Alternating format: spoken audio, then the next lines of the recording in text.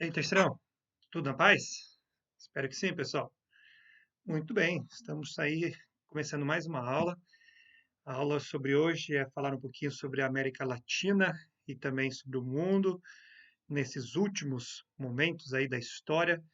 E estamos quase terminando o nosso conteúdo de história aí. Mas antes de falar realmente sobre a aula, lembre lá, gente, daquelas orientaçõezinhas básicas. Semana 4 chegando. Vocês assistam a videoaula aí para ajudar vocês, tirem suas dúvidas, qualquer coisa, por favor, pode entrar em contato comigo novamente, se tiver qualquer dúvida, estou sempre à disposição de vocês, tá bom, gente? Outra coisa, leiam aí as páginas 55 a 62, capítulo 3 da apostila 12, é o conteúdo da nossa aula de hoje.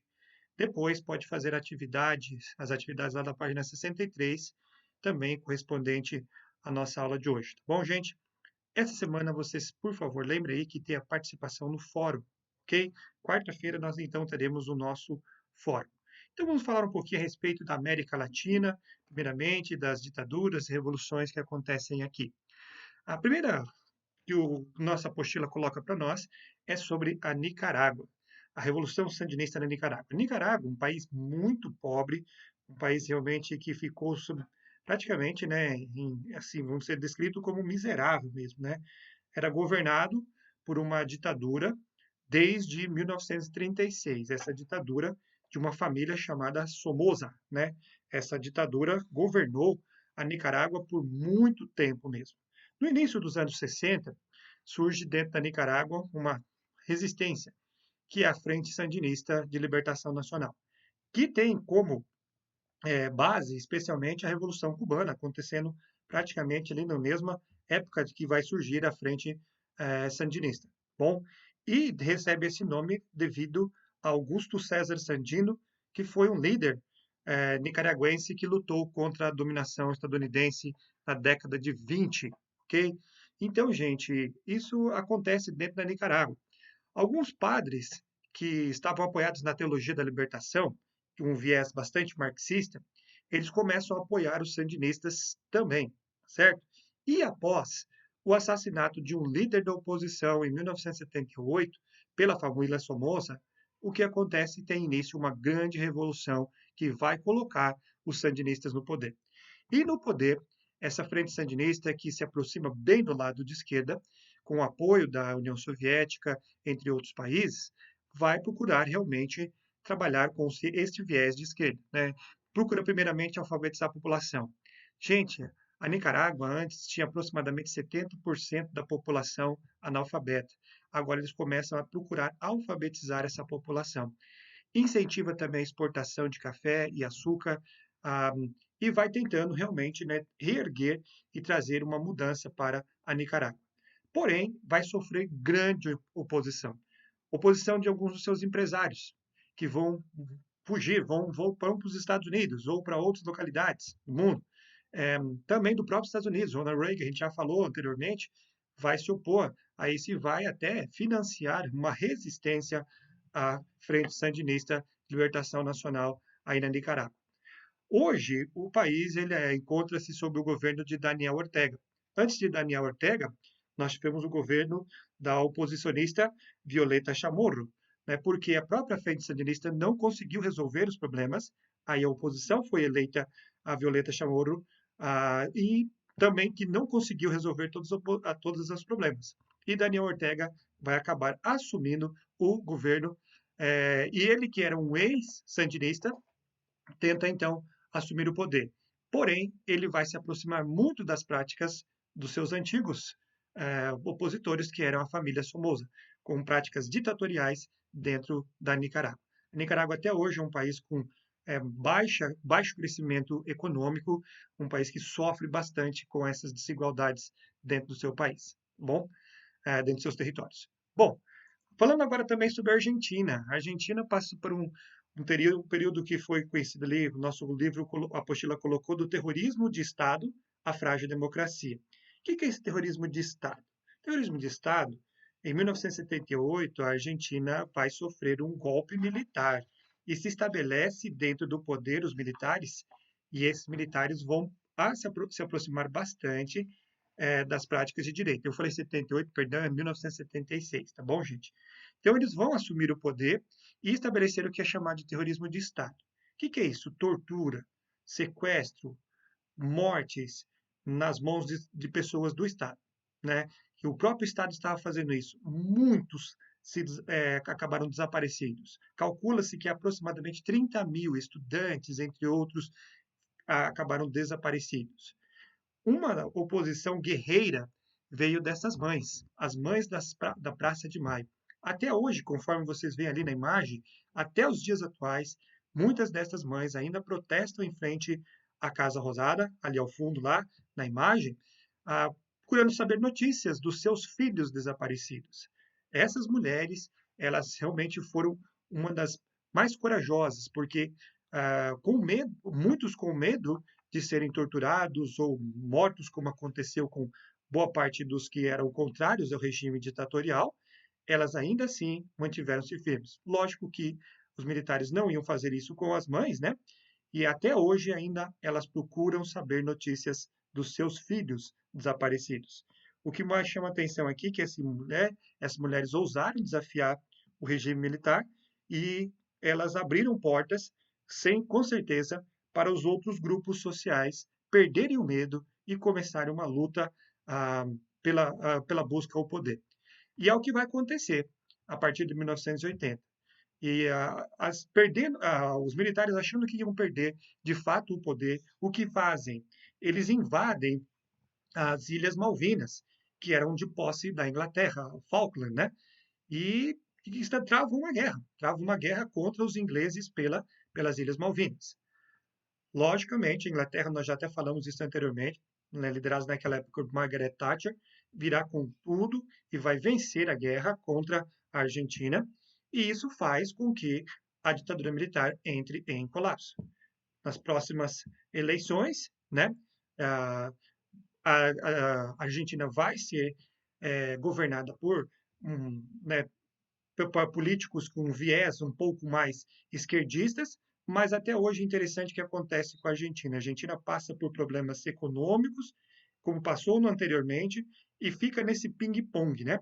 Nos anos pós-ditadura, a Argentina ela vai vivenciando momentos de crescimento, mas também de problemas sérios sociais. E hoje a Argentina ela não consegue controlar essa crise econômica. E ela vai variando, de governos de esquerda, passando para governos de direita, procurando soluções para achar essa crise, mas ainda assim não consegue sair definitivamente desta crise. Bom, agora vamos falar sobre o Chile. O Chile, que em 11 de setembro de 1973 sofreu um duro golpe. O golpe militar sob a liderança de Augusto Pinochet se estabelece ali nas terras chilenas. Eles tiram Salvador Allende do poder, que era um adepto do socialismo, e foi o primeiro socialista eleito democraticamente na América Latina inteirinha, foi o Salvador Allende, mas ele é retirado do poder pelo general Augusto Pinochet. Alguns dizem que com o apoio dos Estados Unidos e outros países capitalistas, né? Então, até por isso que muitas vezes o 11 de setembro de 2001, alguns acreditam que não foi por acaso, tá bom? Não foi por acaso também o 11 de setembro, mas 1973, Augusto Pinochet, ele acaba assumindo o poder ali dentro do Chile, alguns dizem com apoio estadunidense. A repressão, gente, foi intensa do governo Pinochet, brutal. Eu tenho um casal de chilenos na nossa igreja e eles fugiram do Chile justamente nesta época aí. Muitos vieram para cá. E eles falam realmente que, infelizmente, o medo era constante, porque a repressão ela foi brutal, tortura, morte, desaparecimento, outra vez em cena, como nós vimos anteriormente na Argentina, eram comuns. O próprio Estádio Nacional do Chile, que foi palco da Copa de 1962, foi estabelecido como lugar de prisões, de tortura, e muitas mortes aconteceram dentro do Estádio Nacional daqueles que eram contrários ao governo militar de Pinochet e partidários de Allende. Bom, no poder, o Pinochet vai começar uma prática muito voltada às linhas de direita, onde procura privatizar as empresas estatais, os setores de educação também acabam sendo privatizados, e ele abre o país ao investimento estrangeiro. Essas foram as principais práticas do Pinochet no poder, tá bom? E em 1980, ele resolve estabelecer uma nova constituição para o Chile. Nessa nova constituição, 8 anos depois, se previa um plebiscito, e foi o que aconteceu. Esse plebiscito era um plebiscito que perguntaria para a população se deveriam continuar com a ditadura ou não. Interessante, gente, que ficou praticamente dividido. 44% das pessoas disseram que não, que queriam continuar com a, a ditadura de Pinochet. E 56% não queriam mais. Com a vitória em 1989, o Chile vai ser novamente democratizado, tem novas eleições, porém, olha só que interessante que vai acontecer no Chile lá, gente. Eles vão eleger, em 1989, novos presidentes, mas ainda assim se estabelece no Chile o comandantes, né, chefes das Forças Armadas. Esses comandantes das chefes das Forças Armadas, eles não poderiam ser demitidos de maneira nenhuma, né? E ele vai criar também, eles vão criar a figura do Senado designado e vitalício. E um desses senadores, sabe quem que era? O próprio Pinochet. Exatamente. Então, durante décadas, o Chile conviveu dessa maneira aí ambígua, com um processo de democratização, entre aspas, né? E ainda assim com medo do passado, porque a figura de Pinochet ainda estava ali no poder. Todavia, o panorama vai mudar, especialmente no segundo mandato presidencial de Michelle Bachelet, cujo pai, né, foi executado pelas forças leais de Pinochet. Agora ela vai ser eleita e diversos crimes cometidos na época da ditadura vão começar a ser investigados e penalizados, entre eles do próprio Augusto Pinochet. Então, acusado de 4 homicídios durante a vigência da ditadura militar, ele vai ser condenado. Bom, interessante um pouco falar a respeito da América Latina. E aí falamos também da Venezuela. Ô, Venezuela! Sim, Venezuela está no noticiário sempre. Nós falamos bastante sobre Venezuela desde o ano passado, devido à crise humanitária que passa esse país. A Venezuela, embora grande exportadora de petróleo, com grandes riquezas no seu território, ela nunca praticamente se desenvolveu de forma grande, né? O que acontece, infelizmente, boa parte dessas empresas fica na mão de algumas pessoas apenas e, na atualidade, na mão do Estado, né? E, e com isso, realmente, o desenvolvimento não é lá aquelas coisas. Em 1992, o Hugo Chávez ele tenta um golpe, mas não consegue, né, se estabelecer no poder, mas ele ganha notoriedade.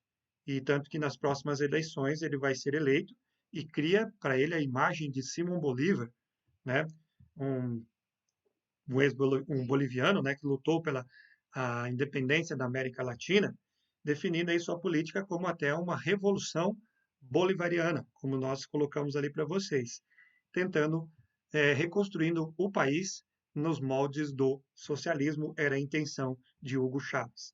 Chávez ele vai alcançar imensa popularidade devido às suas práticas sociais, particularmente voltado inicialmente aos pobres, a, criando as missões chamadas bolivarianas, né? É, tentando erradicar a pobreza e também o analfabetismo dentro da Venezuela. Porém, Chávez se aproxima muito do aspecto ditatorial, ele vai manter-se, vai fechar, por exemplo, empresas de televisão que eram contrários ao governo, né, que faziam oposição, os meios de comunicação que faziam oposição ao governo, eles foram fechados e foram colocados nas mãos do Estado. E a retórica dele contra o imperialismo ganha o apoio de alguns, como, por exemplo, o próprio Raul Castro, logo pertinho deles ali, né, também o próprio os nicaragüenses que estavam próximos, mas, porém, contudo, vai ganhar a oposição de diversos países do mundo, inclusive dos Estados Unidos. Hugo Chávez ele vai morrer aos 58 anos de idade devido a um câncer, e quem vai assumir o governo será o seu vice-presidente, o Nicolás Maduro, que promete dar continuidade à revolução, né, bolivariana. Porém, entretanto, contudo, nós sabemos que a Venezuela está em uma grande crise humanitária. Por que será? São diversas as razões, talvez a gente pode elencar aqui para vocês. Alguns acreditam que foi devido realmente à Venezuela na insistência da produção de um único produto, somente o petróleo. Se firmar muito no petróleo, faz com que, como o petróleo entrou em crise na região, e também em diversos lugares do mundo, faz com que a Venezuela também passe por esse problema de crise acentuado. Outros colocam essa carga sobre o autoritarismo de Maduro, né? E, infelizmente, faz com que a Venezuela se isole demais, e isso não tem investimento externo, fazendo com que ela se isolada completamente não consiga se desenvolver, que infelizmente é o que está acontecendo. Tanto que causou a fuga em massa de pessoas aqui no Brasil. Eles calculam mais de 100 mil venezuelanos já presentes aqui no nosso país, devido a essa crise humanitária que se passa dentro da Venezuela.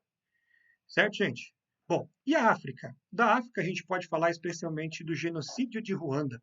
Ruanda, um paísinho ali no centro da África, passou por um conflito étnico por muito tempo. Nós tínhamos dois grupos étnicos principais, os Hutus e os Tutsis. A Ruanda foi território dominado pelos alemães. Com a perda da Primeira Guerra Mundial, o território passa para a mão dos belgas. E os europeus incentivaram os Tutsis no poder. Os Tutsis no poder fez com que os Hutus, né, tivessem um grande ódio para com não só os europeus, mas também pelos próprios Tutsis, porque havia rivalidade entre eles. Essas rivalidades vão se acentuar cada vez mais. Em 1962, quando as rivalidades já estavam lá em cima, eles conseguem independência sob a liderança dos Hutus. E aí os Tutsis pensam, a coisa vai ficar feia para o nosso lado, e é realmente o que acontece. Eles começam uma política de perseguição aos Tutsis. Muitos deles vão fugir do país e vão formar fora do país a Frente Patriótica Ruandense, a FPR, né?